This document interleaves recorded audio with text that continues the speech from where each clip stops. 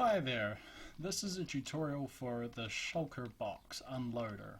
So, since the snapshots come out, we've seen that the Shulker-box is a new backpack style item that when you fill it up with something, such as redstone, and break it, it will preserve its inventory, and so then when you place it back down, it's there.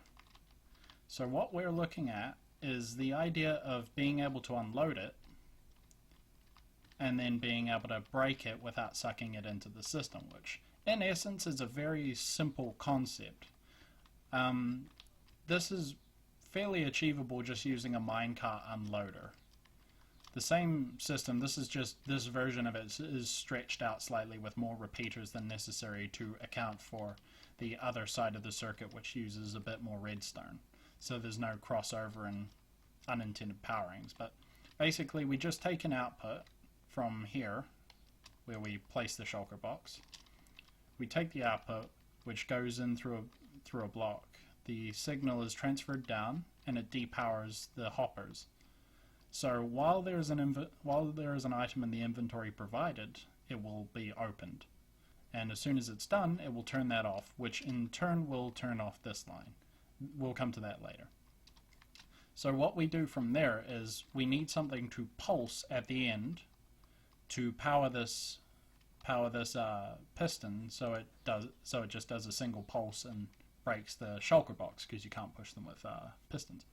So what I figured out we could use was a off pulse limiter, I believe it's called. So basically what it does is it checks when the redstone pulses. What it does is it checks when the redstone current is turned off, and then it is depowered. So using an inverter from that point can turn it off, and then it gives a single short pulse to power the piston as opposed to depower it. And so basically all you need to do is smush these two circuits together, use a little bit of ingenuity to make sure you're not powering stuff that you shouldn't be.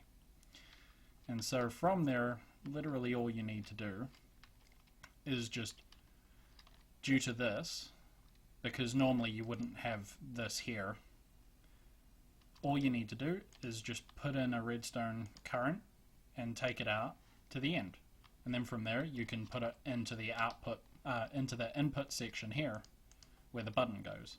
And you put that on, run it into an inverter, so we take the current and we put it through a torch, which is always default on, which turns it off.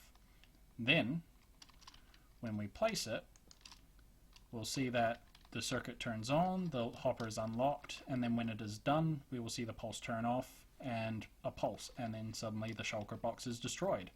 But it is not sucked up by the hopper, because in its default state the hopper is locked. So I hope this helped, because I feel like the shulker box has a lot of potential, and considering how useful they are already as is, you could definitely achieve some pretty interesting stuff. Thanks for your time.